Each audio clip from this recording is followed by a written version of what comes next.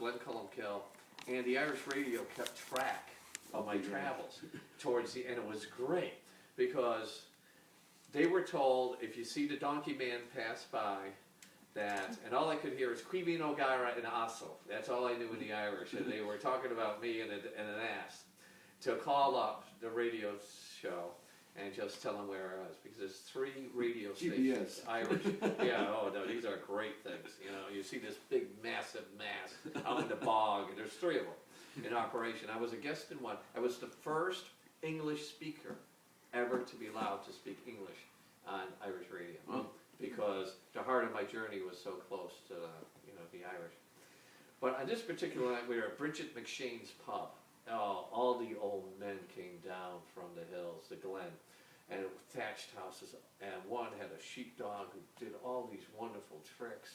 And they're coming in and they're looking at me and just kind of wondering what I was all about, right? And I had a lot of miles in me. But then towards the end of the evening, this is where I'll start. So I'm in this great pub, Bridget McShane's. Okay. A popular local, bidding all a good evening, stepped in with a handsome sheepdog of reddish coat.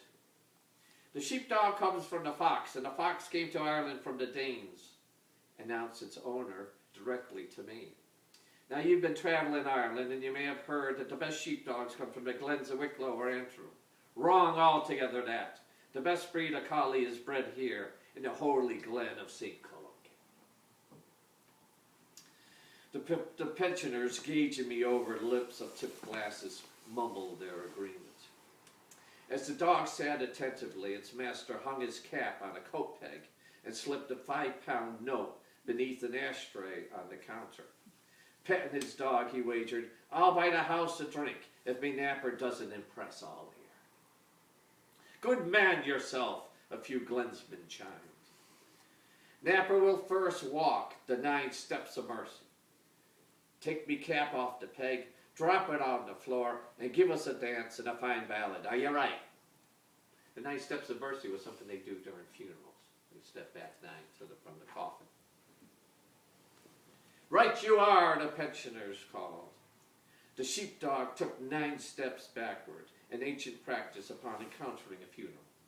Then he jumped and removed his master's caps from the peg, dropped it to the floor, and on hind legs danced a lively jig around it, singing in a high yip-yapping cry. As we clapped our approval, Napper, with eyes as bright as a Rhodes Scholar, hopped on the bar stool, removed a 5er from under the ashtray, and returned it to his master with a polite bow. "Bravo!" we all shouted. Near night's end, I felt a timid tap on my shoulder. "Would you mind terribly stepping out for a moment?" asked the young man shyly. "There's a harmless old fellow outside, a neighbor of mine, who's thinking of buying a donkey, but the seller is asking a terrible price. Would you just take a quick look now?" I walked out into the darkness where, by the window's dim light, an old man was holding a handsome black jack by a rope halter. "Sorry to bother you now," the old fellow apologized, "and it's an honor to meet a man the likes of yourself, for you're a powerful epic, a right kingpin of the road. But I wonder if you might run your knowing laps upon this jackal. I need a new beast, for me old mare has fallen into a chronic class of the pains, and I'm greatly distressed without her." "Most certainly," I said, pleased to be called upon for judgment. From inside, curtains were drawn to throw more light on the specimen, but the light was eclipsed by the sea of faces that crowded to the window. No longer intimidated by any such assembly, I examined the beast in a pondering manner, though in truth it was pure charade, mimicking all the farmers who had offered roadside evaluations of my missy. Even so, I found him to be a healthy 2-year-old, a real prize, with a spirited lift to his head. "He's sound as a bell," I pronounced, "as grand a donkey as ever was foaled." "Aye, now, I nearly know that myself, but sure the owner's often a heavy penny. A pity, for he's a right champ and would do you well. A heavy penny," he again muttered, as a few of the gang inside the window took out hankies to wipe the heavy breathing moisture from the pane.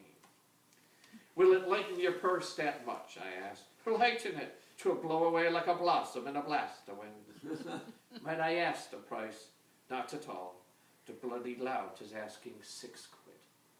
6 quid, I repeated, my countenance collapsing as I recalled the 40 quid I paid for my little brown mare.